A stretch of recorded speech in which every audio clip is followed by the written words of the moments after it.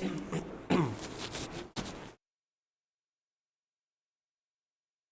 afternoon, everyone. Had lunch? Yes. Heavily done? హెవీగా చేశారా? నార్మల్గా చేశారా? పడుకుంటారా?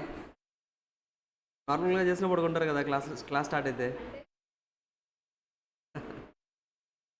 If heavy it's almost 1.5 hour session will be in the sleep, అంతేనా? Uncontrollable అయిపోతారు కదా. సో ఆఫ్టర్నూన్ సెషన్ యొక్క కొంచెం డిసడ్వాంటేజ్ అంతే కదా. తిన వెంటనే మనం పడుకోవాలి యాక్చువల్గా అయితే, అప్పుడు మళ్ళీ మిగతా డే అంతా యాక్టివ్గా ఉంటాం. కరెక్టే కదా. సో అలా పడుకోకుండా ఉండాలని లా క్లాస్ వేసాం ఆఫ్టర్నూన్. లా క్లాస్లో పడుకోరు కదా, పడుకుంటారా? ఏంటండి, ఎగ్జామ్లో కూడా పడుకోవాలనిపిస్తుందా? ఎగ్జామ్లో కూడా పడుకోవాల్సి వస్తుంది, అంతే కదా మరి. సో ఆన్లైన్లో వాళ్ళు వచ్చేసారా? ఆన్లైన్లో వాళ్ళకి ఆ ఫెసిలిటీ ఉంది. సో వీ కాంట్ సీ వాళ్ళు నిద్రపోతున్నారా చూస్తున్నారా మనకు తెలియదు. సో వాళ్ళకి అదొక అడ్వాంటేజ్.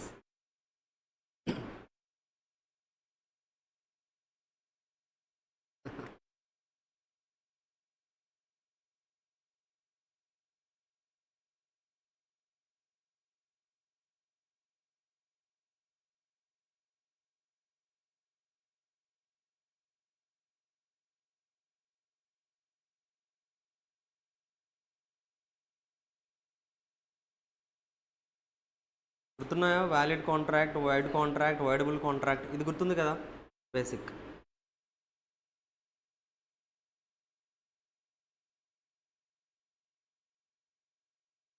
చూడండి, జస్ట్ ఇక ఒక కొన్ని థింగ్స్ ఉన్నాయి, ఆ కొన్ని థింగ్స్ కూడా మనం కంప్లీట్ చేసామంటే we can done with the chapter number 1. So ఈరోజు క్లాస్ ఎంతవరకు అయితే అంతవరకు లైక్ చెప్పేసి విల్ క్లోజ్ ఫర్ టుడే, ఓకేనా? అంటే 3:30 వరకు కాదు, లైక్ ఎంత టైంలో సిలబస్ అయిపోతే ఫస్ట్ చాప్టర్ అయిపోతే అక్కడితో క్లోజ్ చేసేద్దాం, ఓకేనా? Will start freshly from Monday morning. ఏంటండి, మీ క్యాంపస్ మొత్తం ఫ్రెండ్సేనా? క్యాంపస్ మొత్తం ఫ్రెండ్సేనా మీకు? ఏంటండి, తెలిసిన వాళ్ళ? ఓకే, ఇక్కడే పరిచయం.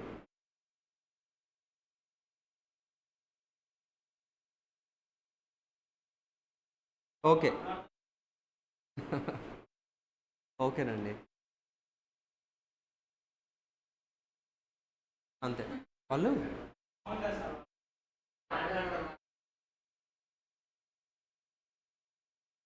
ఓకే, గుడ్, ఏదో ఒకటి. Okay okay, clear. ఏదో ఒకటి మాటలైతే ఇవే. సో ఎనీథింగ్ చూడండి, చూడాలి. సో ఇంపార్టెంట్ డెఫినేషన్ చూడాలి. ఇక మాటలు లేవు, మాట్లాడుకోవడం లేవు, ఓకేనా? ఇల్లీగల్ కాంట్రాక్ట్ చూసాం కదా మనం ఆల్రెడీ. వైడ్ కాంట్రాక్ట్ అంటే చెప్పండి, సింపుల్గా ఒక డెఫినేషన్ చెప్పండి. వైడ్ కాంట్రాక్ట్ అంటే ఏంటి? ఎప్పుడు వైడ్ కాంట్రాక్ట్? సూపర్, ఏమి విష్ణు అలా చెప్పేశారు, స్పాట్లో చెప్పేశారు. చెప్పండి, వైడ్ కాంట్రాక్ట్ అంటే ఏంటండి? ఎన్ఫోర్సబుల్ బై లా లేకపోతే వైడ్ కాంట్రాక్ట్. మీరు అది చెప్పలేదు, అదే చెప్పారా? కాదు అన్నారా? ఓకే, ఎన్ఫోర్సబుల్ బై లా లేకపోతే ఏమవుతుంది? వైడ్ కాంట్రాక్ట్ అవుతుంది. వైడబుల్ కాంట్రాక్ట్ అవ్వాలంటే వైడబుల్ కాంట్రాక్ట్ చేస్తారా? వైడబుల్ కాంట్రాక్ట్ అంటే ఏంటండి? వైడబుల్ కాంట్రాక్ట్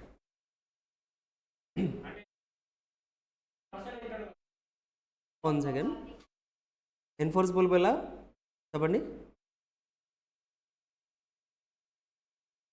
ఎన్ఫోర్సబుల్ బై లా వస్తుంది అంటే, ఎన్ఫోర్సబుల్ బై లా అంటే సింపుల్ అండి. ఎన్ఫోర్సబుల్ బై లా అంటే త్రూ ద లా, అంటే కోర్టులోకి వెళ్ళి మీరు ఏంటండి అంటే కేసు ఫైల్ చేయొచ్చు. దాన్ని మనం ఇంగ్లీష్లో ఎన్ఫోర్సబుల్ బై లా అంటున్నాం.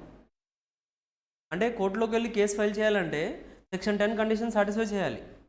టూ పార్టీస్ ఉండాలి, లేకపోతే లీగల్ రిలేషన్షిప్ ఉండాలి, లీగల్ ఫార్మాలిటీస్ ఉండాలి, ఫ్రీ కన్సెంట్ ఉండాలి, లీగల్ ఆబ్జెక్ట్ ఉండాలి, అవన్నీ అయ్యాయి అనుకోండి, మనం ఆ కండిషన్స్ అన్నిటిని ఏమంటున్నాం మనం? ఎన్ఫోర్సబుల్ బై లా లేకపోతే లీగల్ ఎన్ఫోర్సబిలిటీ అంటున్నామా? అంటే ఆ కండిషన్స్ అక్కడ అన్నీ కూడా ఉన్నాయంటే ఆటోమేటిక్గా you can go to the court and file a case. Can go to the court and file a case. దాన్నే ఎన్ఫోర్సబుల్ బై లా అని చెప్తాం. క్లియరా ఇది క్లియర్ కదా? ఇప్పుడు సేమ్ ఏంటండి అంటే వైడబుల్ కాంట్రాక్ట్లో ఎన్ఫోర్సబుల్ బై లా అనేది ఓన్లీ ఒక పర్సన్కి మాత్రమే ఉంటుంది. ఆ పర్సన్నే మనం అగ్రీడ్ పర్సన్. టోటల్ కాంట్రాక్ట్లో ఎవరైతే అగ్రీడ్ పర్సన్ ఉన్నారో ఆ అగ్రీడ్ పర్సన్కి మాత్రమే మనకి ఎన్ఫోర్సబిలిటీ వస్తుంది. అంటే ఆ పర్సన్ మాత్రమే కావాలంటే కోర్టుకు వెళ్ళొచ్చు, అదర్వైజ్ నో. అతను కావాలంటే కోర్టుకు వెళ్ళొచ్చు, అదర్వైజ్ నో. క్లియరా? ఓకేనా? So that is the difference between void contract and voidable contract. Simple basic difference అర్థమవుతుందా మీకు? That's it. So no confusion. ఇంకా నెక్స్ట్ చూడండి, ఇల్లీగల్ కాంట్రాక్ట్. విన్నారా ఎక్కడన్నా? ఇల్లీగల్ కాంట్రాక్ట్ నేను చెప్పలేదు కదా అసలు ఇల్లీగల్ కాంట్రాక్ట్ అంటే. ఇల్లీగల్ కాంట్రాక్ట్ అంటే అక్కడ విన్నారా? మూవీస్లో అలా విన్నారా? వినుంటారు.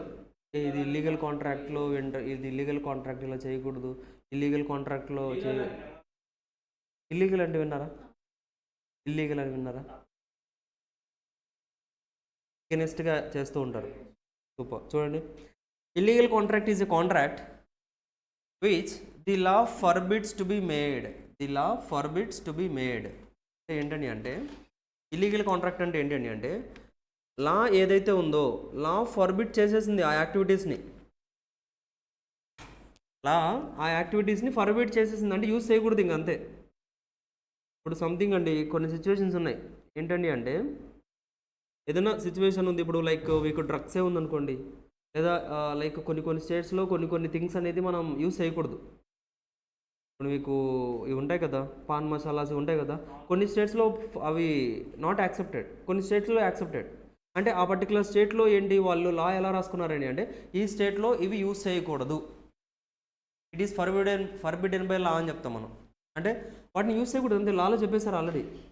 It was said in the లాలో క్లియర్గా చెప్పారు ఇది యూజ్ చేయకూడదు అని చెప్పేశారు. సో మీరు యూజ్ చేశారా, యూ డన్ ఇల్లీగల్ యాక్టివిటీ, తీసుకెళ్ళి జైల్లో తీసుకెళ్ళిపోతారు, లైక్ మీ మీద కేసు ఫైల్ చేస్తారు. అర్థవుందా? So because that is forbidden by లాలో మనకి ఏంటంటే అంటే దాన్ని క్యాన్సిల్ చేస్తారు, యూ కెనాట్ యూజ్ దట్. ఇంకోటి చూడండి, the court will not enforce such a contract but also the corrected contracts. So un illegal contracts are void but all void contract agreements illegal agreements are void but all void agreements are not necessary illegal. Of course ఒక ఇల్లీగల్గా చూడండి, and illegal agreements are void. ఇల్లీగల్గా ఏదైనా మీరు agreement రాసుకుంటే అది wide అంటున్నాం, కరెక్టా కదా? కరెక్ట్. ఎందుకండి అంటే ఫర్ ఎగ్జాంపుల్ ఇప్పుడు ఇండియాలో చెప్పారండి, ఇండియాలో ఏమని చెప్పారండి అంటే పెట్రోల్ మనకి ఏంటంటే అంటే ఫర్ ఎగ్జాంపుల్ డీజిల్ తీసుకోండి, డీజిల్ మనకి ఫర్ ఎగ్జాంపుల్ దొరకట్లేదు. ఇండియాలో వేరే స్టేట్స్ నుంచి వేరే కంట్రీస్ నుంచి మనకు రావట్లేదు, వేరే కంట్రీస్తో మనకి చాలా పెద్ద గొడవలు అయిపోయాయి. సో మనకి అసలు సప్లై లేదు. సో సప్లై లేదు కాబట్టి మనకేం చెప్పారండి అంటే డీజిల్ మీరు ఎక్కడి నుంచి తెచ్చుకున్నా కానీ డీజిల్ అసలు యూజ్ చేయకూడదు మనకి లా చెప్పేశారు. లాలో ఏమని చెప్పారండి అంటే డీజిల్ యూజ్ చేయకూడదు, అందరూ కూడా పెట్రోల్ యూజ్ చేయాలని చెప్పేశారు. ఎవరైనా డీజిల్ యూజ్ చేస్తే it will be like case file చేస్తామని చెప్పేశారు. సో ఇప్పుడు మీరు విష్ణు కూడా మాధవ్ ఇద్దరు కూడా డీజిల్ సప్లై గురించి కాంట్రాక్ట్ రాసుకుంటున్నారు. నేను నీకు డీజిల్ సప్లై చేస్తాను, నువ్వు నాకు యాక్సెప్టెన్స్ కన్సిడరేషన్ ఇలా రాసుకుంటున్నారు. వాళ్ళిద్దరు రాసుకున్న అగ్రిమెంట్ వ్యాలిడ్ అగ్రిమెంటా? వ్యాలిడ్ కాదు. ఏమవుతుంది అది? వైడ్ అగ్రిమెంట్ అవుతుంది. వైడ్ అగ్రిమెంట్ ఎందుకు అవుతుందండి అంటే it is an illegal activity because it is forbidden by law. So ఆ ట్రాన్సాక్షన్ అనేది లాలో ఆల్రెడీ ఫర్బిడెన్, లైక్ క్యాన్సిల్ చేస్తారు. You cannot do that. BMW cars cancel చేశారా సేల్ చేయడం? అది కూడా అంతే, ఫర్బిడెన్ బై లా. అవునా? సో అలా ఫర్బిడెన్ బై లా చేశారు కాబట్టి దాన్ని మనం ఏమంటామండి అంటే ఇల్లీగల్ అగ్రిమెంట్స్ అంటాం. సో ఇలా అగ్రిమెంట్స్ ఏదైతే రాసుకున్నారో అవన్నీ ఇల్లీగల్ అవుతాయి. సో ఇల్లీగల్ అగ్రిమెంట్ అయితే ఆటోమేటిక్గా it will be a void agreement. Illegal అగ్రిమెంట్ని మనం వైడ్ అగ్రిమెంట్ అని కూడా చెప్తాం. ఓకేనా? So void agreements are not necessarily illegal. But అన్ని వైడ్ అగ్రిమెంట్స్ కూడా ఇల్లీగల్ అవుతాయా? అన్ని వైడ్ అగ్రిమెంట్స్ కూడా ఇల్లీగల్ అవుతాయా? కాదు, కొన్ని థింగ్స్ మాత్రమే అవుతాయి అలాగా. నార్మల్గా డిస్కషన్స్లో మనం ఏంటి లైక్ ఆఫర్ అండ్ యాక్సెప్టెన్స్ ప్రాపర్గా అవ్వలేదు, అవి వైడ్ అగ్రిమెంట్స్ అవుతాయి. అంత మాత్రం ఇది ఇల్లీగలా కాదు. బట్ అన్ని ఇల్లీగల్ అగ్రిమెంట్స్ కూడా వైడ్ అగ్రిమెంట్సే అవుతాయి. అన్ని ఇల్లీగల్ అగ్రిమెంట్స్ కూడా వైడ్ అగ్రిమెంట్సే. మనం వాటిని ఎన్ఫోర్స్ చేయలేము కోర్టుకు తీసుకెళ్ళి. అదవుతుందా చూడండి. Despite this there is similarity between them is that in both cases they are void ab initio and cannot be enforceable by law. So both the కేసెస్లో ఏంటండి అంటే, సో ఇల్లీగల్ కాంట్రాక్ట్స్ ఏవైతే ఉన్నాయో అవి వైడ్ అబ్ ఇనిషియో అంటే wide from the beginning. అంటే మీరు అలాంటి ట్రాన్సాక్షన్స్తో ఏదైనా కాంట్రాక్ట్లోకి ఎంటర్ అవుతున్నారంటే ఫ్రమ్ ద బిగినింగ్ నుంచే అదేంటి వైడే. ఫ్రమ్ ద బిగినింగ్ నుంచే అది వైడ్ అంటే దాన్ని మనం వైడ్ అబ్ ఇనిషియో అంటాం. వైడ్ అబ్ ఇనిషియో, ఓకేనా? ఏమంటాం? Wide ab ఇనిషియో. సో అంటే ఏంటండి అంటే like from the beginning itself it is void. అర్థమవుతుందా? Simple. So and cannot be enforceable by law. So లాలోకి వెళ్ళి లైక్ కోర్టులోకి వెళ్ళి మనం కేసు ఫైల్ చేయలేం. ఎగ్జాంపుల్ 23 చూడండి. Contract that is immoral or opposed to public policy are illegal in nature. Similarly, if R agrees with S to purchase brown sugar, it is an illegal agreement. So of course drugs గురించి purchase చేస్తానని contract agreement రాసుకుంటున్నారు. అది ఇల్లీగలా? అది legal కాదు, illegal అవుతుంది అది. And according to section 2 clause Q of the Indian Contract Act, an agreement not enforceable by law is void. The act has specified various factors due to which an agreement may be considered as a void agreement.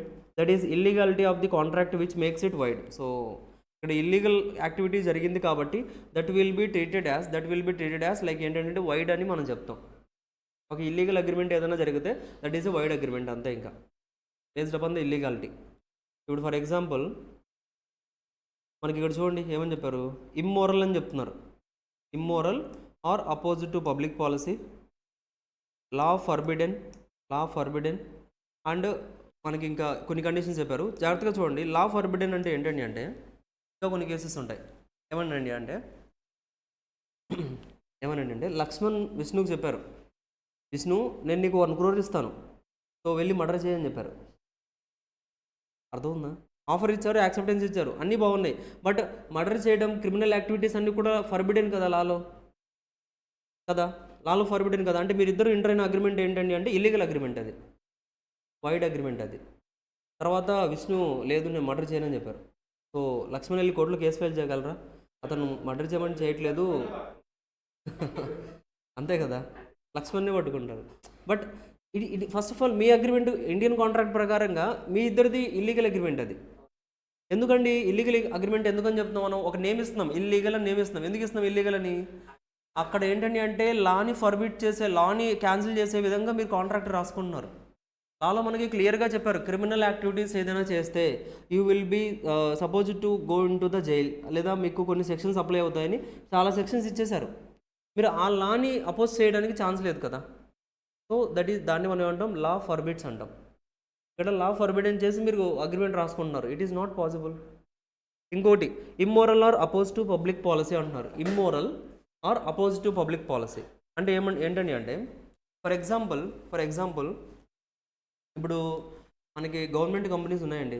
Government కంపెనీస్లో ఒక job ఇప్పిస్తానని చెప్పాను నేను, ఓకేనా? మాధవ్ వచ్చారు, sir ఇలా job అన్నారు కదా ఇప్పించండి అంటే ఒక మంచి కంపెనీ తీసుకున్నాను నేను, ఇండియన్ ఆయిల్ అని, సో IOCL, ఇవన్నీ government public sector undertaking companies. So ఈ కంపెనీస్లో ఒక కంపెనీలో ఏంటంటే అంటే జాబ్ నేను ఏంటంటే అంటే మాధవ్ని తీసుకెళ్ళి అక్కడ యాక్చువల్గా ఏంటంటే అక్కడ జాబ్లో జాయిన్ అవ్వాలంటే కొన్ని క్వాలిఫికేషన్స్ ఉండాలి అండ్ కొన్ని థింగ్స్ ఉండాలి, కొంత ఎక్స్పీరియన్సెస్ ఉండాలి, ఇంటర్వ్యూస్ అవన్నీ పాస్ అవ్వాలి. అవి ఏమీ లేకుండా నేను డైరెక్ట్గా మాధవ్ని నాకు తెలిసిన వాళ్ళు ఉంటే డైరెక్ట్ జాయిన్ చేయించేసాను, ఓకేనా? డైరెక్ట్గా జాయిన్ చేయించాను. ఇలా జాయిన్ చేయించడం వల్ల ఎవరికి ప్రాబ్లం? లేదా ఒక SBI బ్యాంక్ ఉందండి, కోర్స్ పబ్లిక్ సెక్టార్లో ఉంది కాబట్టి SBI బ్యాంక్లో మేనేజర్ రోల్ ఇప్పించేసాను నేను. యాక్చువల్గా మేనేజర్ రోల్ ఇవ్వాలంటే చాలా ఎక్స్పీరియన్సెస్ తీసుకోవాలి, చాలామంది అప్రూవల్ తీసుకోవాలి. సో నాకు డైరెక్ట్గా SBIలో మెయిన్ పర్సన్ తెలుసు కాబట్టి డైరెక్ట్గా మాధవ్ అక్కడ అపాయింట్ చేస్తాను. దానివల్ల ఎఫెక్ట్ ఎవరికి?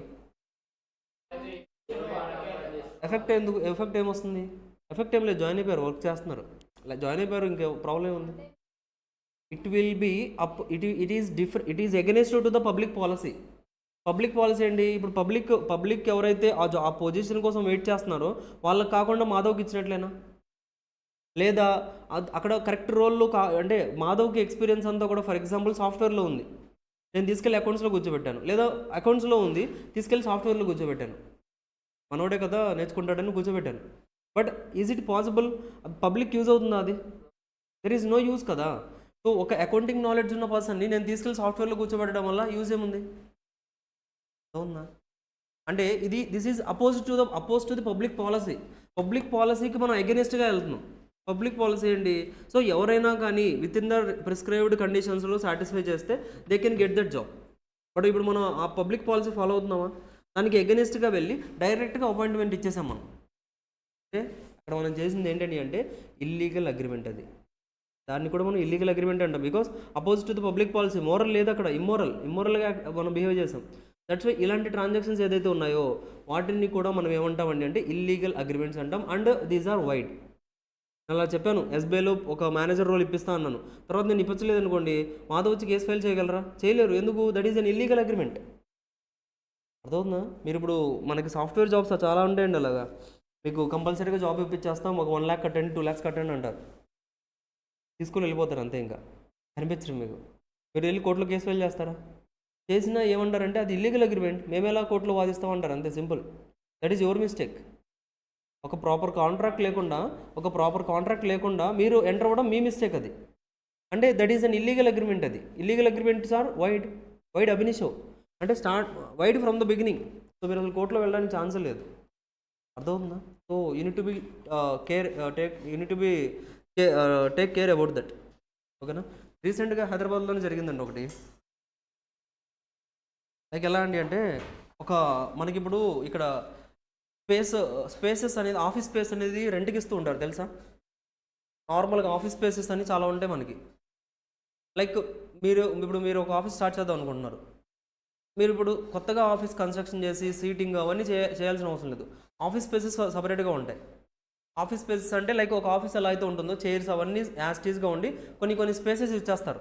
మనకి ఎన్ని సీట్స్ కావాలో అన్ని సీట్స్ ఇస్తారు, దానికి రెంట్ ఛార్జ్ చేస్తారు. ఒక కంపెనీ ఇలాగే ఒక డమ్మీ కంపెనీ స్టార్ట్ చేశారు, సాఫ్ట్వేర్ కంపెనీ అని స్టార్ట్ చేసేసి సో అందరికి ఇంటర్వ్యూస్ కండక్ట్ చేశారు. సో ఇది మా కంపెనీ రీసెంట్గా స్టార్ట్ అయింది, స్టార్టప్ కంపెనీ, సో అని అందరికీ అప్లికేషన్స్ ఇచ్చేశారు. బట్ ఎవరికైతే జాబ్ కావాలో వాళ్ళ దగ్గర నుంచి కొంత అమౌంట్ కావాలి అని తీసుకున్నారు. 1 lakh, ఒకరి దగ్గర నుంచి 1 lakh, ఒకరి దగ్గర నుంచి 2 lakhs, ఒకరి దగ్గర 5 lakhs, ఇలా వాళ్ళ బేస్ని బేస్ చేసుకొని అమౌంట్స్ కలెక్ట్ చేసుకున్నారు. ఓకేనా? ఏంటండి? అమౌంట్స్ కలెక్ట్ చేసుకొని సో అందరు కూడా ఇక ఆఫీస్కి రావాలని చెప్పారు. సో ఆఫీస్కి లొకేషన్కి వచ్చేసారు.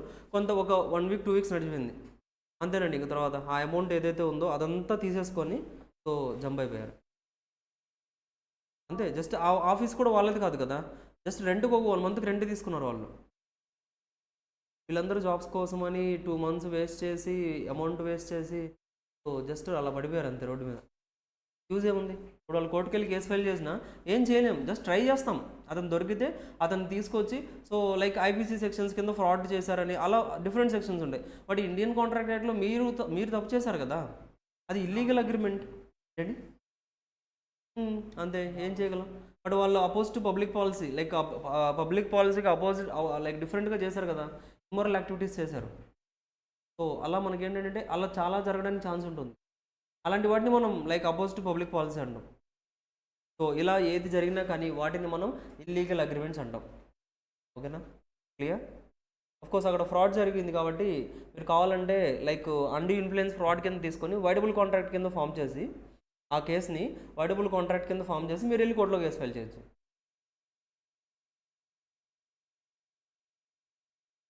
So the act has specified various factors due to which an agreement may be considered as void agreement. That is illegality of the contract which becomes it void. So illegality కనుక వచ్చిందంటే అది కంపల్సరీగా wide అయిపోతుంది. ఓకేనా? లక్ష్మణ్ విష్ణుకు చెప్పేశారు, so ఒక 1 crore ఇస్తాను murder చేసేయని చెప్పేశారు. ఫస్ట్ అది ఇల్లీగల్ అయిపోయింది కదా, ఆటోమేటిక్గా వైడ్ అయిపోతుంది అంతే. ఇంకా there is no any other option. ఓకేనా? చూడండి, చదవండి. ఎవరు చదువుతారు? చదవండి. Basis of difference. సో మనం డిఫరెన్సెస్ దేనికి చూస్తామండి? వైడ్ అగ్రిమెంట్ అండ్ ఇల్లీగల్ అగ్రిమెంట్కి డిఫరెన్స్ ఏంటో చూస్తున్నాం. వైడ్ అగ్రిమెంట్ అంటే తెలుసు కదా మనకి, ఇల్లీగల్ అగ్రిమెంట్ అంటే ఇప్పుడే చదివాం. సో డిఫరెన్సెస్ చూద్దాం. చదవండి first. Scope. Illegal. Wide agreement అయితే కంపల్సరీగా ఇల్లీగల్ అవ్వాలా? అవసరం లేదు కదా. ఎందుకండి, మనం నార్మల్గా వైడ్ అగ్రిమెంట్ అంటే ఏంటి, లైక్ మ్యాజిక్ బుక్స్ అనుకున్నాము, లేకపోతే నేనేంటి ఒక 500 tons ఆఫ్ ఆయిల్ సప్లై చేస్తానని చెప్పాను, అంటే ఏది చెప్పలేదు, క్లియర్ టర్మ్స్ లేవు. సో అక్కడ ఆఫర్ ప్రాపర్గా లేదు కాబట్టి అది వైడ్ అగ్రిమెంట్ అవుతుంది. అర్థమవుతుందా? ఇల్లీగల్ అయితే కాదు కదా. బట్ నెక్స్ట్ చదవండి. Always void. ఒక ఇల్లీగల్ అగ్రిమెంట్ అయిందంటే అది కంపల్సరీగా వైడ్ అవుతుంది అంతే, ఇంకా there is no any other option. అదవుతుందా? Nature not forbidden by law. So లాలో ఎక్కడైనా ఫర్బిడ్ చేశారో వైడ్ అగ్రిమెంట్స్ని ఎక్కడ కూడా మనకి లాలో ఎక్కడ ఫర్బిడెన్ చేయలేదు, లైక్ క్యాన్సిల్ చేయలేదు. అదే ఇల్లీగల్ అగ్రిమెంట్స్ అయితే చదవండి. అండర్ లా. సో లాలో మనకి ఆ యాక్టివిటీస్ ఫర్బిడెన్. మర్డర్ చేయొచ్చని ఎక్కడ చెప్పారా? చెప్పలేదు కదా. సో లేకపోతే గన్స్ సప్లై చేయమని, లేకపోతే అలా కొన్ని థింగ్స్ ఉన్నాయి. అవి ఏంటంటే అంటే లాలో కొన్ని తీసేస్తారు మనకి, ఫర్బిడెన్. ఇలా ఒక టైప్ ఆఫ్ థింగ్స్ అనేది యూస్ చేయకూడదు అని చెప్పేస్తారు. అర్థమవుతుందా? డ్రగ్స్ యూస్ చేయకూడదు, ఇండియాలో డ్రగ్స్ యూస్ చేయకూడదు. సో డ్రగ్స్ యూస్ చేయకూడదు అనేది ఏంటండి, it is forbidden by law. Lalo forbidden చేశారు. కొన్ని స్టేట్స్లో డ్రగ్స్ యూస్ చేయొచ్చు. చెప్పండి.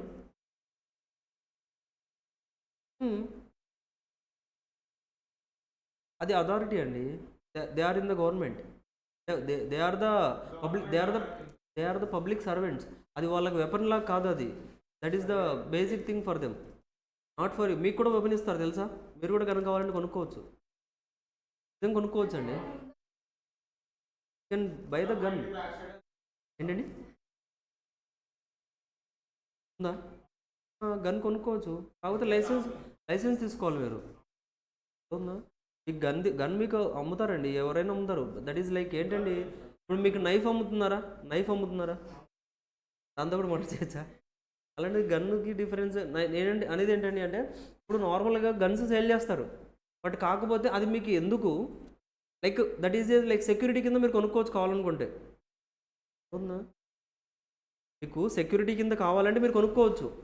లైక్ మీకు సెక్యూరిటీ థ్రెట్ అనిపిస్తుంది, మీ మీద ఎవరైనా అటాక్ చేస్తారనిపిస్తుంది, లేదా మీరు ఒక్కళ్ళే ఉన్నారు, లైక్ మీరు ఒక్కళ్ళే బతుకుతున్నారు, లైక్ మీకు like no one is they, మీరు ఒక్కళ్ళే సోల్గా ఉన్నారనుకోండి. దెన్ మీకు ఎవరైనా సెక్యూరిటీ కావాలనుకుంటే మీరు లైక్ అప్రోచ్ అయిపోయి ప్రాపర్ అథారిటీస్ని అప్రోచ్ అయితే they will issue the licence. అండ్ ప్రతిదీ కూడా మీరు కౌంటింగ్ ఇస్తూ ఉండాలి. ఏదన్నా వేస్ట్ అయినా కానీ, బుల్లెట్ వేస్ట్ అయినా ప్రతిదీ అప్పటికప్పటికి మీరు రికార్డ్స్ మెయింటైన్ చేస్తూ ఉండాలి. బట్ లైసెన్స్ తీసుకుంటే మీకు ఇస్తారు. అంటే అదేంటి ఇల్లీగల్, అంటే ఇల్లీగల్ ఎప్పుడవుతుంది, మీరు అది ఎవరికి తెలియకుండా లైసెన్స్ లేకుండా యూస్ చేశారనుకోండి, మీరు ఇల్లీగల్ యాక్టివిటీ చేసినట్లే. Licence compulsory. లైసెన్స్ తీసుకుంటే మీ దగ్గర ఎన్ని బుల్లెట్స్ ఉన్నాయి, ఆ బుల్లెట్స్ ఎందుకు యూస్ చేశారు, అసలు యూస్ చేశారా లేదా, అలాగే మీ దగ్గర ఉన్నాయా లేదా, ప్రతిదీ చెకింగ్ ఉంటుంది. మీరు ఒక బుల్లెట్ వేస్ట్ చేశారంటే ఎక్కడ వేస్ట్ చేశారు ఏంటి, ప్రతిదీ ప్రూఫ్ సబ్మిట్ చేయాలి. అప్పుడు అది ఇల్లీగల్ అవ్వదు కదా. మీరు ఎవరైనా నిజంగా అన్నెసరీగా చంపేస్తే సో మీరు తీసుకెళ్ళి లైక్ మిమ్మల్ని కూడా కూర్చోబెడతారు జైల్లో, లైక్ మీకు ప్రూఫ్ ఉంది కాబట్టి. అర్థమవుతుందా? So that's why licence is mandatory. So ఇలా మనకేంటండి అంటే కొన్ని లాస్ ఏంటండి అంటే కొన్ని స్టేట్స్లో మనకేంటండి అంటే పర్మిషన్ ఉండదు. దాని మీద నెంబరింగ్ ఉంటుంది, కోడ్స్ ఉంటాయి. మీరు బుల్లెట్ కాల్చినా కానీ ఆ బుల్లెట్ వెనకాల కూడా నెంబరింగ్ ఉంటుందండి. మన ఫోన్కి ఐఎంఐ నెంబర్ ఉంటుందా? ఈ కీబోర్డ్ దీనికి ఒక నెంబర్ ఉంటుంది అంతే. డమ్మీ బుల్లెట్స్ తీసుకోండి, మీకు అందులో నెంబర్స్ ఉంటాయి. So that is unknown. ఏదైతే మనం లైసెన్స్డ్ తీసుకుంటామో, ఏదైతే మనం పర్చేజ్ చేస్తామో కరెక్ట్గా అక్కడే నెంబరింగ్ ఉంటుంది. గోల్డ్ పర్చేజ్ చేస్తారు మీరు, గోల్డ్లో బిఎస్ఐ మార్క్ అని ఒకటి ఉంటుంది. BSI mark, hall mark. దీని మీద మనకి హాల్ మార్క్ అని ఒక సింబల్ వేస్తారు, అంటే అది ప్యూర్ గోల్డా కదా అని చెక్ చేయడానికి. హాల్ మార్క్ వేయకుండా కూడా గోల్డ్స్ ఉంటాయి.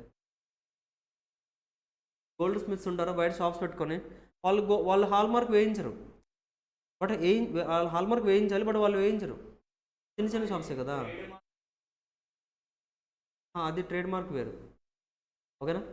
ట్రేడ్ మార్క్ అంటే అది బ్రాండ్ నేమ్ అండి.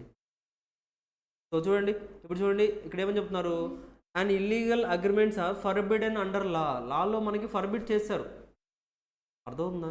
అంటే ఇప్పుడు ఇల్లీగల్ ఎలా అవుతుందండి అంటే, ఇప్పుడు మనకి ఇప్పుడు చెప్పామా, ఇండియాలో క్యాసినో అని ఒక గేమ్స్ ఉంటాయి. క్యాసినో అని డ్రగ్స్ అని ఇవన్నీ డ్రగ్స్ కావచ్చు, క్యాసినో గేమ్స్ కావచ్చు, ఇవన్నీ ఏంటి ఇండియాలో ఇల్లీగల్. గోవా ఎక్కడుంది? గోవా క్యాసినో గేమ్స్ అంటే గ్యాంబ్లింగ్. మీరు చూస్తుంటారు కదా, ఒక వీల్ ఇలా తిరుగుతూ ఉంటుంది, అందులో ఒక బాల్ ఉంటుంది, ఒక నెంబర్ మీద ఆగుతుంది. ఎక్కడ కూడా ఉంది పోకర్ ఏంటండి? నేను మరి వైలెంట్గా చెప్తున్నారు. అది కాదండి, నార్మల్గా మూవీస్లో ఓల్డెన్ మూవీస్లో చూపిస్తూ ఉంటారు కదా, ఒక వీల్ ఉంటుంది, ఒక వీల్ తిరుగుతూ ఉంటుంది, ఇలా తిప్పేస్తారు, దాంట్లో ఒక చిన్న బాల్ ఉంటుంది. ఎక్కడ జస్ట్లాగా అలా వదిలేస్తారు, అది ఏ నెంబర్ దగ్గర అయితే ఆగిందో ఆ నెంబర్ మీద వాళ్ళు బెట్ చేస్తారు.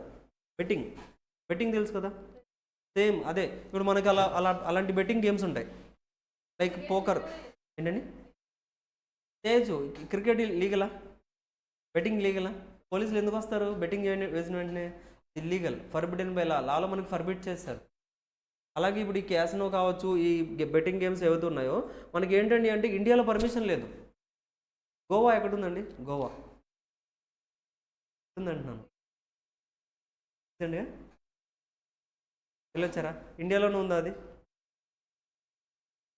అచ్చా, గోవా ఇండియాలో ఉంది. బట్ ఇండియాలో నుంచి యాక్చువల్గా ఏంటంటే యాక్చువల్గా ఒక షిప్ ఉంటుంది అక్కడ, క్యాసినో ఆ గేమ్స్ ఆడించడానికి ఒక షిప్ ఉంటుంది గోవాలో. గోవాలో ఉంటుంది. అందులో గేమ్స్ ఉంటాయి. మనం ఇప్పుడు ఏదైతే గేమ్స్ చెప్పామో ఆ బెట్టింగ్ గేమ్స్ కావచ్చు, మిగతావన్నీ గేమ్స్ అన్నీ అక్కడ ఉంటాయి. అన్ని బెట్టింగ్ గేమ్స్ ఉంటాయి అక్కడ, లైక్ పోకర్, మనం ఏదైతే పేకలు అంటామో, లైక్ పోకర్ గేమ్స్ అవన్నీ అందులో ఉంటాయి. బట్ అవన్నీ ఇండియాలో ఆడడం లీగలా ఇల్లీగలా? ఇల్లీగల్ కదా. సో అక్కడ ఏం చేస్తారు తెలుసా, అందరిని ఆ షిప్లో ఎక్కించుకుంటారు. ఆ షిప్లో నుంచి ఇండియా మ్యాప్ ఓపెన్ చేస్తే మీరు గోవా నుంచి ఇండియా అవుట్స్కట్స్కి వెళ్ళిపోతారు. ఆ షిప్లో ఇండియన్ టెరిటరీ వాటర్స్ ఉంటాయి కదా, ఒక టెరిటరీ వరకు మనది ఉంటుంది, ఇండియన్ టెరిటోరియల్ వాటర్ అని ఉంటుంది. ఆ వాటర్ నుంచి కొంచెం బయటకు వెళ్తే ఇండియా నుంచి మనం బయటకు వెళ్ళిపోయినట్లే. షిప్ అక్కడ తీసుకెళ్ళి గేమ్స్ అన్నీ ఆడించి మళ్ళీ షిప్ తీసుకొస్తారు. డైలీ జరుగుతుంది అది. అదవుతుందా? టికెట్స్ ఉంటాయి అండి, ఉంటుంది. బట్ అదే మనం ప్రైస్ పే చేయాలి, దానికి కూడా ఒక ప్రైస్ పే చేస్తాం. మరి మరి ఏంటండి, మీ ఇంటి పక్కన ఉందా అది? గోవాలో ఉంది, కాస్ట్ అవుతుంది కదా. సో అక్కడ కూడా అంతే. అక్కడ చెప్పేది అదే ఏంటండి, అక్కడ వాళ్ళు అంత దూరం ఎందుకు తీసుకెళ్తున్నారు? యాక్చువల్గా గోవాలోనే ప్లే చేయొచ్చు కదా, ప్లే చేయట్లేదు ఎందుకండి అంటే వాళ్ళ యాక్టివిటీస్ అన్నీ కూడా ఇల్లీగల్ ఇన్ ఇండియా. బట్ అదే అవుట్ సైడ్ ఇండియాకి వెళ్తే లీగలే కదా. దట్స్ ఆ షిప్ ఏంటండి అంటే అవుట్ సైడ్ ఇండియాకి వెళ్ళిపోయి ప్లే చేసి మళ్ళీ తీసుకొస్తారు. గవర్నమెంట్ చేస్తుందండి, గోవా గవర్నమెంట్ చేస్తుంది అది. ఎందుకంటే గవర్నమెంట్కి ఇన్కమ్ అందులో నుంచి వస్తుంది. గోవా గవర్నమెంట్కి వచ్చే ఇన్కమ్ డబ్బులన్నీ ఎక్కడి నుంచి వస్తుంది? ఆ గేమ్స్ నుంచి వస్తుంది. మరి ఇంకా ఇప్పుడు ఏదో ఒక లూప్ హోల్ ఎతకాలి. ఇప్పుడు గోవాకి వచ్చేది ఎందుకండి? డబ్బులన్నీ వేస్ట్ చేసుకోవడానికి వస్తారు. ఇప్పుడు డబ్బులన్నీ వేస్ట్ చేసుకోవడానికి వచ్చినప్పుడు మరి వాళ్ళతో వేస్ట్ చేయించాలంటే ఇలాంటివి చేయాల్సిందే, గేమ్స్ ఆడించాలి అందరితో. బట్ గేమ్స్ ఆడిద్దామంటే ఇండియాలో ఇల్లీగల్ అది. అవునా? ఇప్పుడు మనకి లాస్ వేగాస్ అని యూఎస్లో ఒక సిటీ ఉంటుంది, లాస్ వేగాస్ ఉన్నారు ఎప్పుడన్నా? గేమ్స్లో చూసుంటారు మీరు. గేమ్స్లో చూసారా? ఏ గేమ్లో చూసారు? అచ్చా, ఏదో గేమ్స్ ఉంటాయి మనకి, లైక్ నార్మల్గా లాస్ వేగాస్ అనేది ఒక సిటీ, అమెరికాలో అదొక సిటీ. ఓకే, లాస్ వేగాస్ అనేది ఒక సిటీ. ఆ సిటీ మొత్తం కూడా ఏంటంటే నైట్ అంతా కూడా ఈ గేమ్స్ ఆడుతూ ఉంటారు వాళ్ళు. మార్నింగ్ అంతా సిటీ చాలా ప్రశాంతంగా ఉంటుంది, నైట్ అంతా ఇంక ఇదే గేమ్స్, బెట్టింగ్ గేమ్స్ ఆడుతూ ఉంటారు. బట్ అది అక్కడ లీగల్, అది ఇట్ వాజ్ లీగల్ అక్కడ లీగలే. బట్ ఇక్కడ ఇండియాలో ఇల్లీగల్ అది. సో ఇక్కడ గోవాలో కూడా ఏంటి ఇల్లీగలే, గోవా కూడా ఇండియాలోనే ఉంది కదా, దట్స్ వై వాళ్ళు ఏం చేస్తారు, ఆ షిప్ ఏదైతే ఉందో షిప్లో అందరిని ఎక్కించేసుకొని, సో కొంత చాలా దగ్గరలోనే ఉంటుంది అదేంటి గోవా ఏంటంటే బార్డర్లోనే ఉంది కదా. సో దట్స్ వై అక్కడ నుంచి ఏంటంటే షిప్లో తీసుకెళ్ళిపోయి ఇండియా బయటికి తీసుకెళ్ళిపోతారు, అక్కడ గేమ్స్ ప్లే చేసేసి మళ్ళీ తీసుకొస్తారు. అప్పుడు మనం యాజ్ పర్ ద లా చేసినట్లేనా? యాజ్ పర్ ద లా మీరు ఫాలో అయినట్లే. అదే గేమ్ మనం ఇండియాలో చేస్తే it is forbidden by law.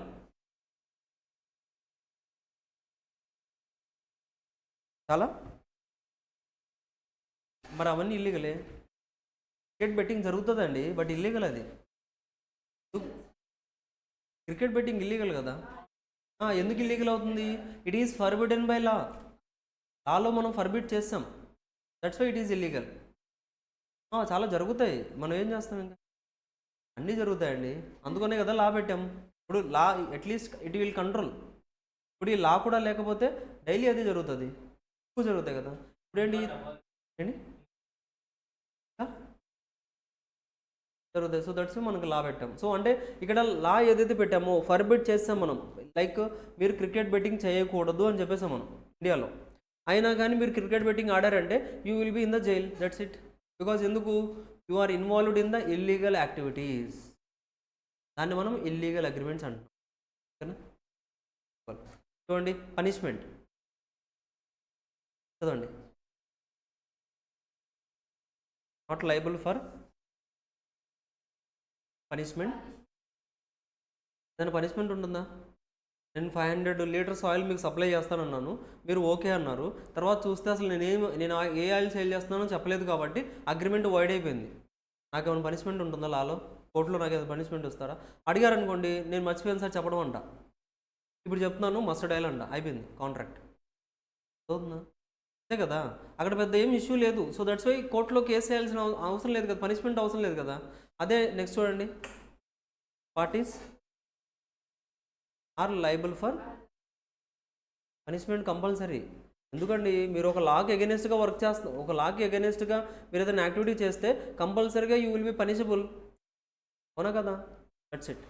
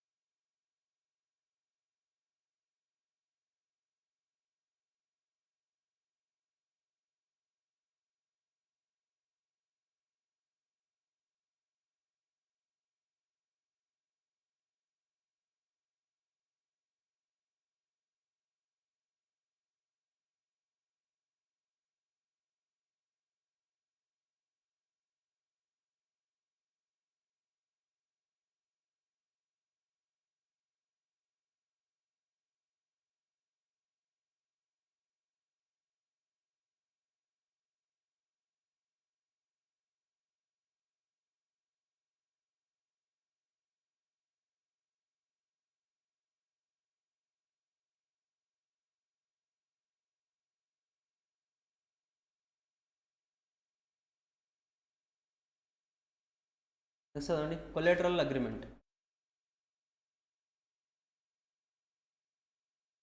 To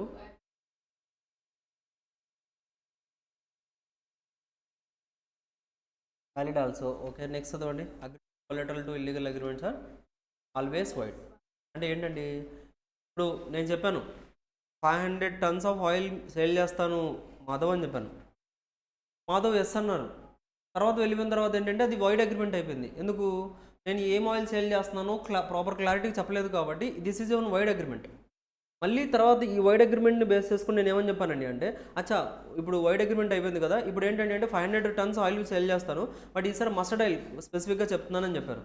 అతను యాక్సెప్ట్ చేశారు. ఇప్పుడు వ్యాలిడ్ అయిందా లేదా? సో నార్మల్ వైడ్ అగ్రిమెంట్స్ అనేది వ్యాలిడ్ అవుతాయి మళ్ళీ ప్రాపర్గా మనం టర్మ్స్ చేంజ్ చేసుకుంటే. బట్ ఇల్లీగల్ అగ్రిమెంట్స్ వన్స్ ఇప్పుడు ఇల్లీగల్ అగ్రిమెంట్స్ అంటే ఏంటండి? సో మనం ఏం చెప్పామండి అంటే, లైక్ సింపుల్గా ఇదే చెప్పాం. లైక్ ఏంటి, బెట్టింగ్ చేయొద్దు అని చెప్పాం. ఇద్దరు కూడా బెట్టింగ్ చేస్తామని లైక్ ఒక అగ్రిమెంట్ రాసుకున్నారు. ఎంతకండి అంటే 10 lakhsకి బెట్టింగ్ రాసుకున్నారు. ఆ తర్వాత 10 lakhs వద్దులే మరి ఎక్కువైపోతుంది, లాలో లేదంట 5 lakhs పెట్టుకుందాం అనుకున్నారు. అది కూడా అదే 5 lakhs రాసుకున్నా కానీ ఏదైనా చేంజ్ ఉందా? కాదు కదా, ఇల్లీగల్ అవుతుంది అది కూడా. మీరు 10 lakhs రాసిన 10 lakhs అనుకున్నా, 5 lakhs అనుకున్నా, 1 lakh అనుకున్నా, 1000 అనుకున్నా ఏదైనా ఇల్లీగలే కదా. ఓకేనా?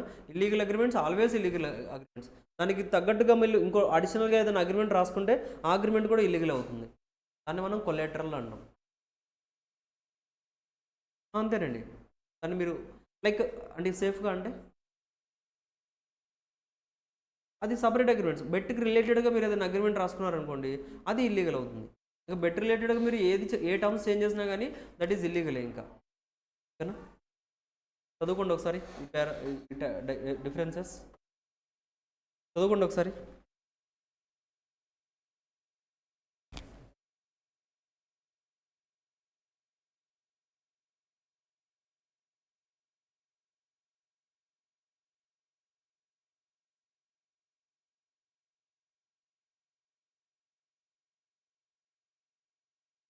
రేపు ఏంటండి ప్లాన్స్ ఏంటి? సండే సండే ప్లాన్స్ ఏంటి? క్లాస్కి వస్తారా రికార్డింగ్స్కి? ఇంట్లో ఉండి వింటారు. అలా అయితే ఇక యాస్టీస్. ఇంకా ఎగ్జామ్ రాస్తారు, మ్యాచ్ ఉంది. ఇంకా రెస్ట్ తీసుకుంటారా? ఇంకా పడుకోవడమేనా? ఇంకా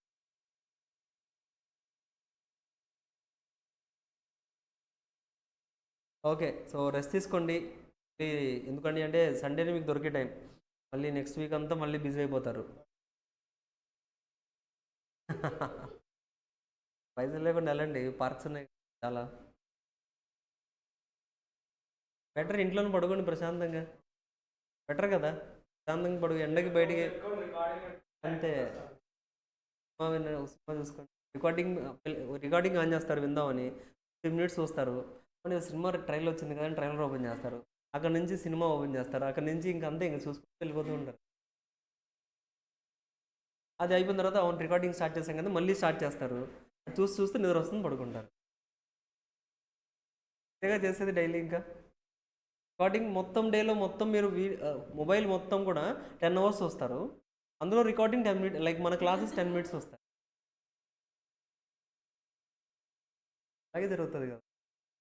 అలా జరగదా? కష్టమే, బట్ ట్రై చేయాలి ఇంకా. అయినా రికార్డింగ్ మీరు ఫస్ట్ క్లాసెస్ నుంచి ఉన్నారు కదా ఇక్కడే. ఫస్ట్ క్లాసెస్ నుంచి ఉన్నారు కదా ఇక్కడే రికార్డింగ్. మరి ఇంకెందుకు రికార్డింగ్ అంట. మళ్ళీ వింటారు అవి మీరు? స్టార్టింగ్ 1 వీక్ వినలేదా? అలా కూడా అంతే వినలేదా?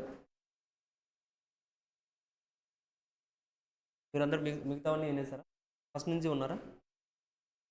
ఫస్ట్ నుంచి ఉన్నారు కదా, మీరు లేరు కదా. ఫస్ట్ క్లాసెస్ వినాలి. సో అదే ట్రై, మ్యాక్సిమం మ్యాచ్ చేసుకోవాలనుకుంటే ఇప్పుడే మ్యాచ్ చేసుకోండి. ఇప్పుడే వినేసేయండి. ఎందుకండి అంటే తర్వాత తర్వాత మీకు ఇది సండే కూడా టైం దొరకదు. ఎగ్జామ్ 2-3 అవర్స్ ఉందనుకోండి. ఎగ్జామ్ 2 అవర్స్ ఉందనుకోండి, 2 అవర్స్ ఎగ్జామ్ అయిపోతుంది. మళ్ళీ సిలబస్ జరుగుతుంది నెక్స్ట్ డే. సో మీకు రెస్ట్కి టైం దొరకదు ఇక. ఇప్పుడే కొంచెం ఫ్రీగా ఉన్నారు కాబట్టి త్వరగా నేర్చేసుకుంటే ఈజీ అయిపోతుంది. ఎందుకంటే మేము కూడా లైక్ ఇనిషియల్ స్టేజెస్లోనే ఉన్నాం కదా, ఫస్ట్ చాప్టర్లోనే ఉన్నాం. మీరు మ్యాక్సిమం ఇప్పుడు మీరు ఫస్ట్ లెక్చర్స్ ఏవైతే వినలేదో అవన్నీ ఫస్ట్ క్లాసెసే ఉంటాయి. సో ఇప్పుడు చదువుకున్నారంటే ఈజీగా అర్థమైపోతాయి. అదే మనం నెక్స్ట్ కాన్సెప్ట్స్లోకి వెళ్ళిపోయిన తర్వాత మళ్ళీ మీరు బ్యాక్ రావాలంటే విల్ బీ సమ్ డిఫికల్ట్. ఓకేనా? ఓ మ్యాథ్స్ ట్రై చేయండి అట్లీస్ట్ కొంచెం కొంచెం స్పీడ్. మీకు ఐ థింక్ 2x స్పీడ్ ఉంటుంది అనుకుంటా. 2.5 ఉంటుంది. 2 అయినా 3 ఉంటుందా అండి? 3 ఉంటే ఏం అర్థం కదా. ఓకే. మ్యాథ్సా? రాయండి, ఏమైంది. మ్యాథమెటిక్స్ వస్తుంది, క్యాలిక్యులేషన్.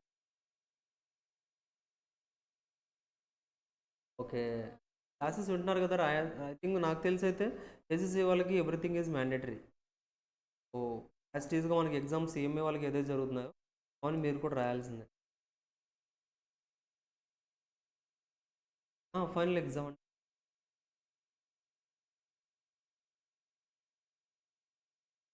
అది మీరు అవసరం లేదు.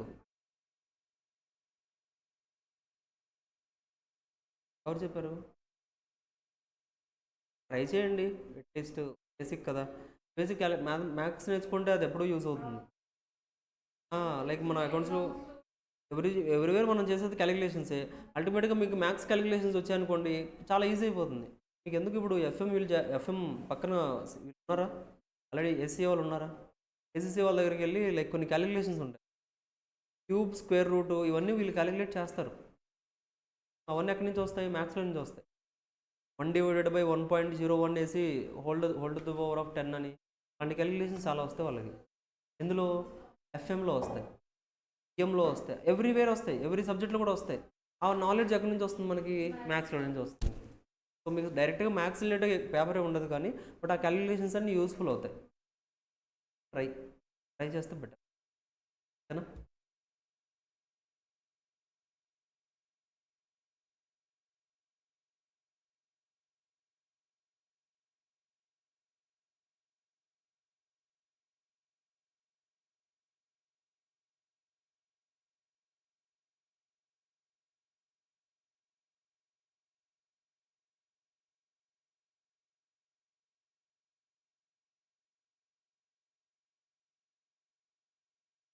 చూడండి జస్ట్ లైక్ ఇప్పుడు ఇవి ఇంకా నెక్స్ట్ ఇక కాన్సెప్ట్స్ నెక్స్ట్ కాంట్రాక్ట్స్ ఏవైతున్నాయో అవన్నీ మనం ఇన్ డీటెయిల్గా నెక్స్ట్ చాప్టర్స్లో నేర్చుకుంటాం.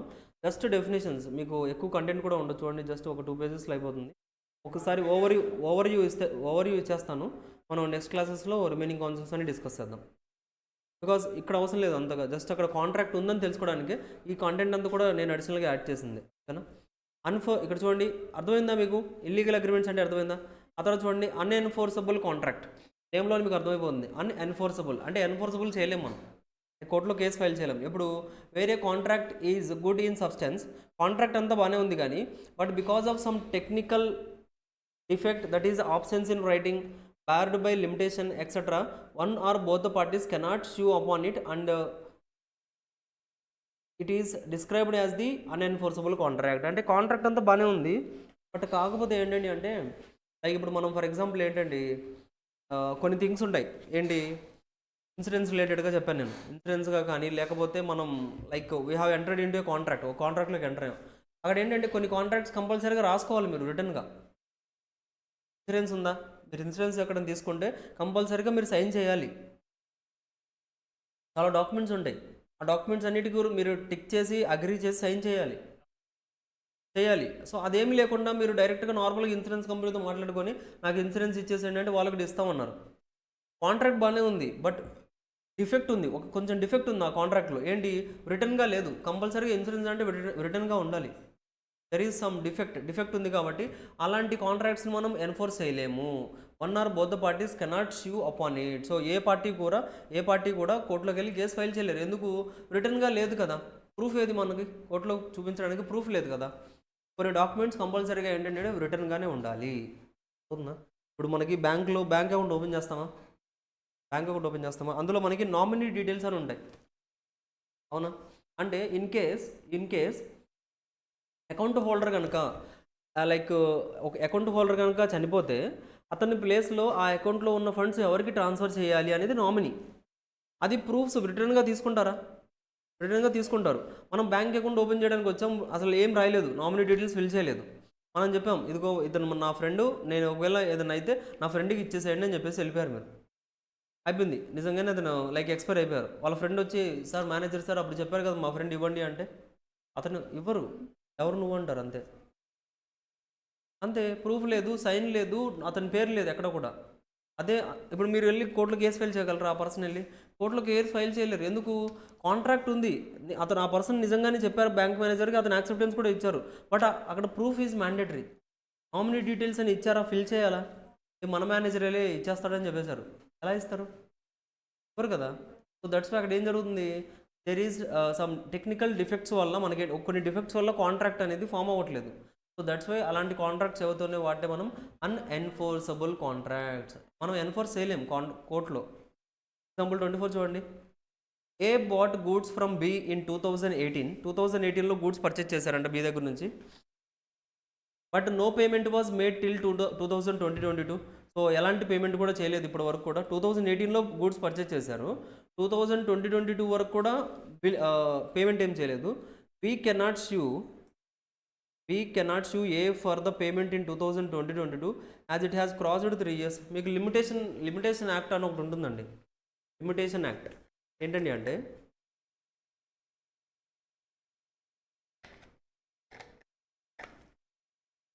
Limitation act.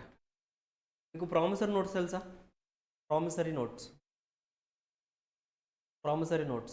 Bond papers, promissory notes like ఒక ఏంటండి papers like green colour papers ఉంటాయి కదా. ఎగ్జాక్ట్లీ. అమౌంట్ ఏదైనా మనం లైక్ డెట్ ఏదైనా బారో చేయాలన్నా లెండ్ చేయాలన్నా ఒక ప్రామిసరీ నోట్ తీసుకొని సో నేను నా పేరు, సో ఈ పర్సన్కి ఇంత అమౌంట్ ఇస్తున్నాను, ఇంత వడ్డీ ఇస్తున్నాను, సో ఈ టైంలో కలెక్ట్ చేసుకుంటాను అలా ఇస్తాము. ఓకేనా?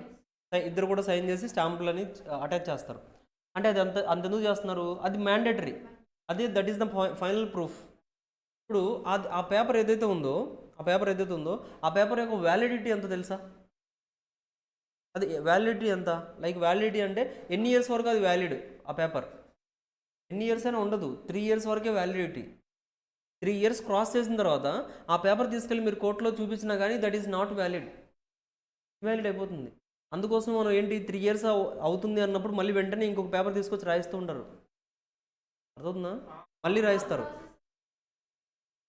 మళ్ళీ మళ్ళీ రాయిస్తారు మనతో పేపర్స్ అవి. ఎందుకు మళ్ళీ రాస్తాం మనం?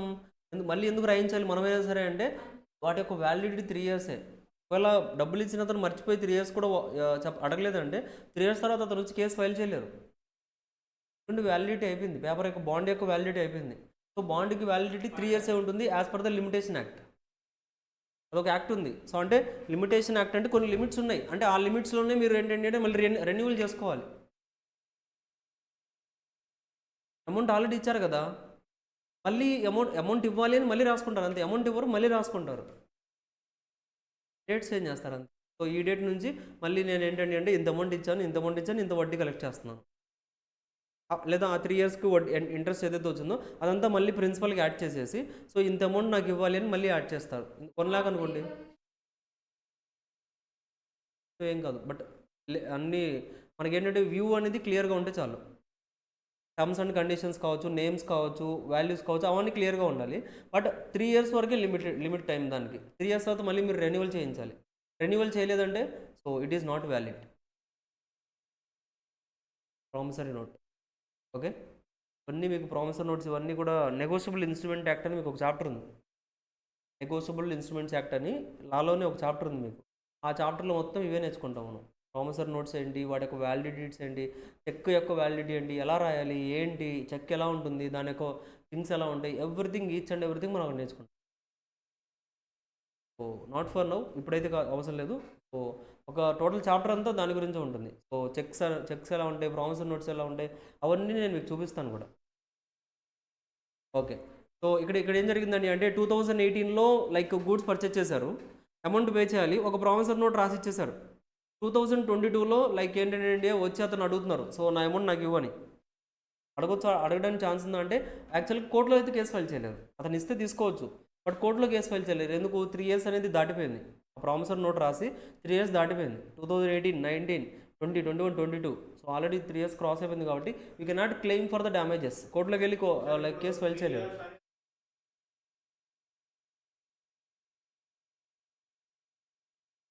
విత్ ఇన్ ద 3 ఇయర్స్లో చేసుకోవచ్చు. క్రాస్ అయితే చేయలేరు, బికాజ్ వ్యాలిడిటీ పోయింది కదా. ఆ పేపర్ బాండ్ యొక్క వ్యాలిడిటీ 3 ఇయర్సే.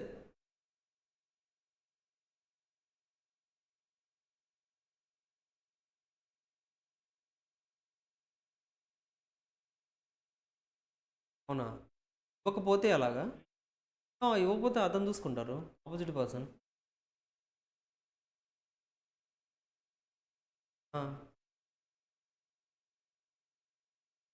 అవును, ఏంటి ఇప్పుడు 3 ఇయర్స్ కాదు, 1 ఇయర్ రాసుకోవచ్చు, 1 మంత్ కూడా రాసుకోవచ్చు. As per the act 3 years. అది మీరు ఇష్టం, మీరు ఎంత రాసుకోండి టైం. ఇప్పుడు చెప్పండి, మీరు 3 ఇయర్స్ రాశారు, మీరు మీరు ఒకళ్ళకి 1 lakh ఇచ్చారండి. అతని దగ్గర నుంచి 3 ఇయర్స్లో 1 lakh మళ్ళీ నువ్వు నాకు ఇవ్వాలి అని ఇద్దరు బాండ్ రాశారు, ఇద్దరు సైన్ చేశారు. ఇప్పుడు ఏంటి, 3 ఇయర్స్ అయిపోయింది, వ్యాలిడ్ అవ్వదు. 3 ఇయర్స్ క్రాస్ అయిపోయింది కదా. మీరు నిజంగానే కోర్టులో వ్యాలిడ్ చేయాలంటే 3 ఇయర్స్ అవ్వకముందే ఆ పేపర్ తీసుకెళ్ళి కోర్టులో చూపించాలి. 2.5 ఇయర్స్లో 2 ఇయర్స్ 7 మంత్స్కి 8 months 9 months 10 months 11 maximum 11th month ending కన్నా వెళ్ళాలి. 3 ఇయర్స్ కంప్లీట్ అయిన తర్వాత వెళ్తే ఇట్ ఈస్ నాట్ వ్యాలిడ్. అంతే మామూలుగా అయితే అంటే మీ దగ్గర ప్రూఫ్ అయితే పోయినట్లేనండి. అంటే మీ దగ్గర ప్రూఫ్ వెళ్ళిపోయింది. సో ఇక అదర్ వేలో మీరు అడుక్కో, లైక్ ఏంటంటే అంటే అదర్ వేలో పోలీసులకి చెప్పాలి. ఓకేనా? అవుతుందా?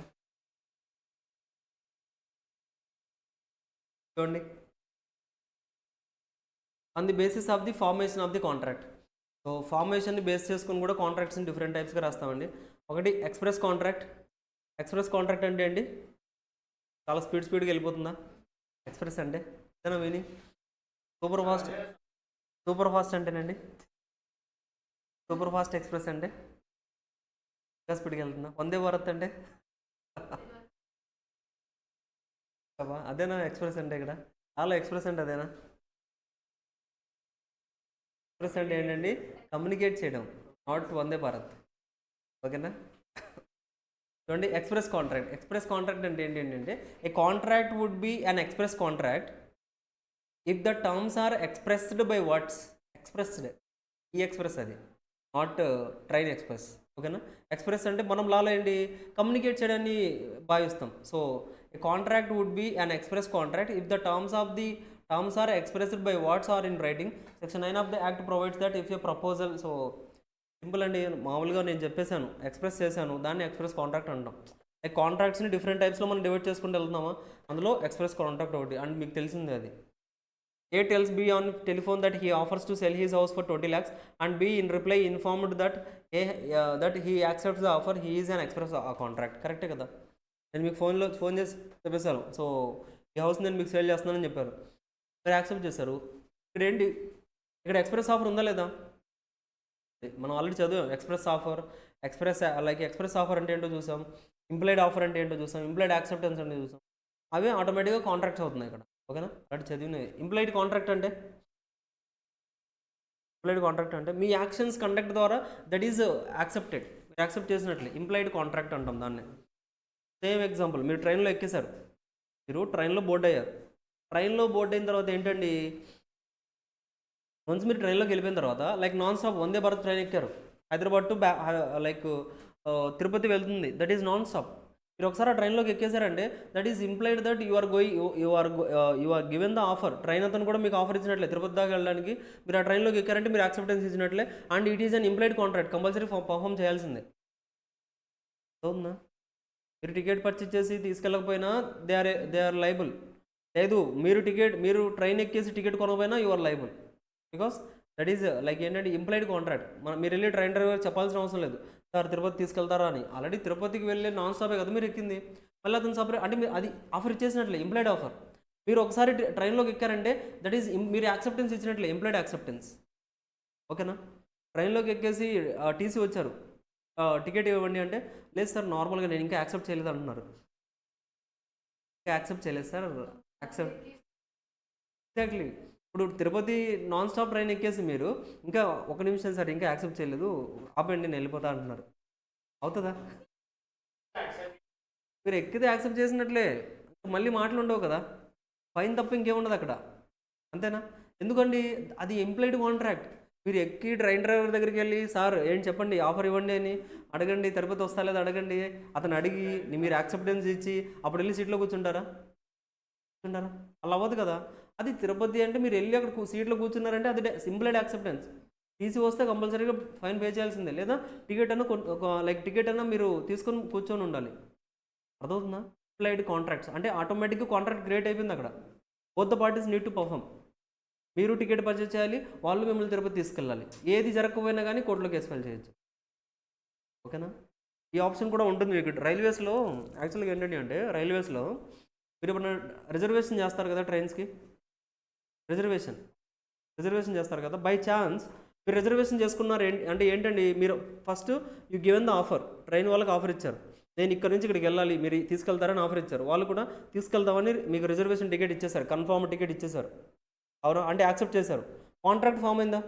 కాంట్రాక్ట్ ఫామ్ అయిపోయిన తర్వాత మీకు చెప్పుంటారు, టైం చెప్పుంటారా, 7 కంటే 7 అని చెప్తారు. మనకి నార్మల్ టైమింగ్స్ ఉంటాయి కదండి, ట్రైన్ టైమింగ్స్. ఇప్పుడు ఒక టైం ఉంది, మన టైమింగ్ ఏంటి అంటే 7 o'clock, ఈవినింగ్ 7 o'clock తీసుకెళ్ళాలి. అయితే 7కి ట్రైన్ రాలేదనుకోండి, 3-4 లైక్ నార్మల్గా ట్రైన్స్ అంటే ఏంటండి కంపల్సరీ టైంకి రావు. 7 అంటే 7:45కో 8కో వస్తుంది, అది కామన్ అది. బట్ కాకపోతే ఇప్పుడు మరి మీకు 7కి వస్తారని చెప్పారు కదా, రాలేదు కదా, అలాంటప్పుడు మీరు ఏం చేయొచ్చండి అంటే లైక్ ఐఆర్సిటీసీ యాప్లోకి వెళ్ళిపోయి మీరు ఏదైతే టికెట్ పర్చేజ్ చేశారో ఆ టికెట్ని మళ్ళీ మీరు క్యాన్సిల్ చేసుకోవచ్చు. లైక్ డిలే అయిపోయింది కాబట్టి IRCTC Indian railway ticket booking app అది. అందులోకి వెళ్ళి మీరు ఏదైతే టికెట్ పర్చేజ్ చేశారో ట్రైన్ డిలే అని ఒకటి ఉంటుంది, ఐటీడీ అని ఒకటి ఫైల్ చేయాలి మనం. అది ఫైల్ చేసేసి సో మనం ఏదైతే టికెట్ పర్చేజ్ చేసామో అది మీరు క్యాన్సిల్ చేసుకొని మీ అమౌంట్ మీరు తీసుకోవచ్చు. మీరు ఎంతైతే పే చేస్తారో అది అమౌంట్ అంతా కూడా ఇచ్చేస్తారు. ట్రైన్ డిలే అయితే మాత్రమే. ఇప్పుడు మీకు తెలుస్తుంది కదా, ట్రైన్ 7కి రావాలి, 7కి రాలేదు, డిలే అయిపోయింది, లైక్ ఒక 3 hours 4 hours డిలే అయిపోయింది అనుకోండి. So you can file like 3 hours కంటే ఎక్కువ అయిపోయింది అనుకోండి, మీరు టికెట్ క్యాన్సిల్ చేసేసుకొని మీ అమౌంట్ మీరు తీసుకోవచ్చు. ఎందుకు? అక్కడ వ్యాలిడ్ కాంట్రాక్ట్ పర్ఫామ్ చేయట్లేదు కదా వాళ్ళు. వాళ్ళు చెప్పారు 7కి వస్తామని చెప్పారు, రాలేదు. రానప్పుడు మీ టికెట్ మీరు క్యాన్సిల్ చేసుకోవచ్చు, మీకు ఛాన్స్ ఉంది. కోర్టు దాకా వెళ్ళాల్సిన ఏంటండి, ట్రైన్ డిలే అయితే డిలే అయినా చేసుకోవచ్చు, రాకపోతే కాదు, డిలే అయినా చేసుకోవచ్చు. రాకపోతే డైరెక్ట్ కోర్టుకి వెళ్ళిపోవచ్చు. కోర్టులో ట్రైన్ కూడా కోర్టుకి రమ్మని చెప్పొచ్చు, అంతే కదా, బికాజ్ అదే కదా కాంట్రాక్ట్ అంటే. సో ఇక్కడేంటి, ట్రైన్ డిలే అవుతుంది. సో మీకు 7 o'clock ట్రైన్ తీసుకొస్తామని చెప్పారు, వాళ్ళు కొన్ని కండిషన్స్ చెప్పారు. ఆఫర్ మీకు టికెట్ ఇష్యూ చేసేటప్పుడే చెప్పుంటారు. అందులో ఏమని చెప్తారంటే train delay maybe up to 3 hours is normal అని చెప్పారు మీకు అక్కడ. మీరు ఆ టికెట్ తీసుకున్నారంటే మీరు యాక్సెప్ట్ చేసినట్లే. అప్ టు 3 hours వరకు మీరు ఏం క్వశ్చన్ చేయకూడదు, ప్లాట్ఫామ్ మీద నించొని ఉండాలి అంతే. ఇంకా 3 hours వరకు కూడా, 3 hours దాటిందా, so you have the powers, ఈ పవర్స్ వచ్చేసాయి. సో ఇక ఐఆర్సిటీసీలో మీ క్లెయిమ్ మీరు తీసేసుకోవచ్చు, కేసు ఫైల్ చేయొచ్చు, ఏదైనా చేయొచ్చు మీరు. ఓకేనా, సో దట్స్ ఇట్. సో ఇవన్నీ ఏంటంటే ఇంప్లాయిడ్ కాంట్రాక్ట్స్. సో స్పెసిఫిక్గా మనం ఎక్కడ కూడా మనం వెళ్ళి వాళ్ళకి చెప్పం, వాళ్ళు వచ్చి మనకి చెప్పరు. తను ట్రైన్ వచ్చి ఆపేస్తారు ప్లాట్ఫామ్ మీద, ఆఫర్ ఇచ్చారు, మనం ఎక్కేసాం, యాక్సెప్టెన్స్ ఇచ్చేసాం. సో టికెట్ కొనాల్సిందే, టీసీ వచ్చినప్పుడు చూపించాల్సిందే. ఓకేనా, ఇందులో ఏది జరగకపోయినా కానీ it will be problem. So దాన్ని ఏమన్నా మనం ఇంప్లాయిడ్ కాంట్రాక్ట్స్ అంటాం.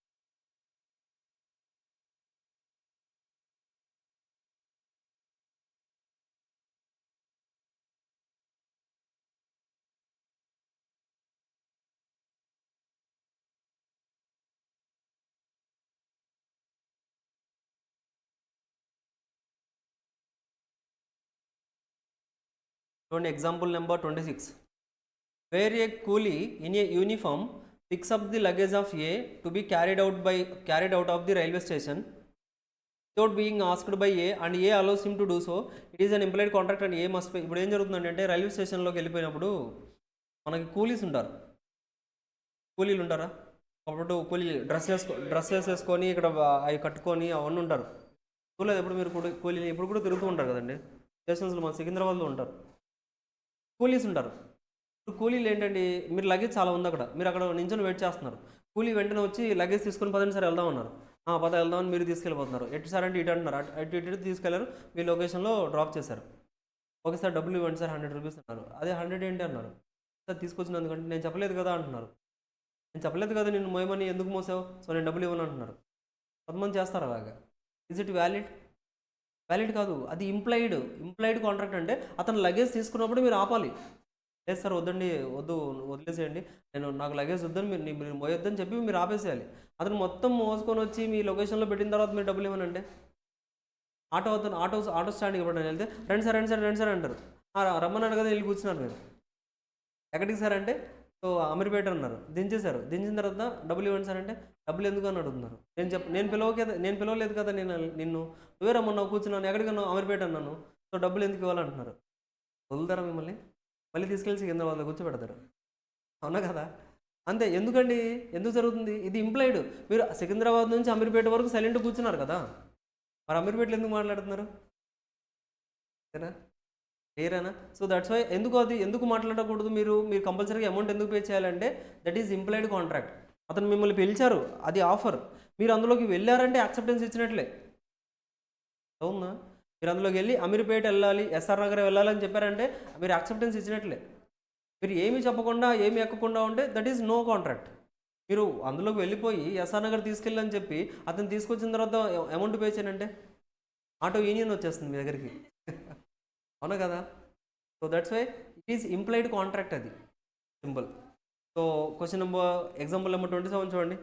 ఏ drinks a coffee in restaurant, there is an implied contract that he should pay for the price of the coffee. అంతే కదా, కాఫీ తాగారు రెస్టారెంట్లో, సో కాఫీ తాగినప్పుడు ప్రైస్ పే చేయాలా లేదా, చేయాలి.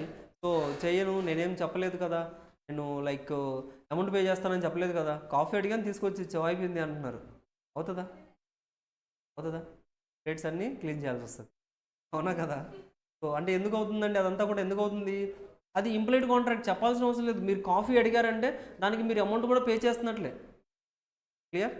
సో దట్స్ వై ఇవన్నీ కూడా మీకు ఏంటండి అంటే ఇంప్లాయిడ్ కాంట్రాక్ట్స్, ఓకేనా, క్లియర్.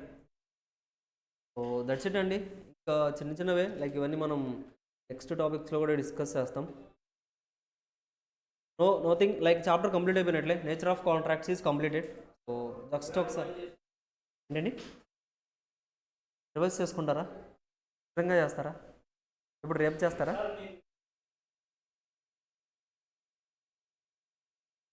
అర్థం కాలేదండి. ఓకే. మొబైల్లో వస్తుంది కదండి పీడిఎఫ్.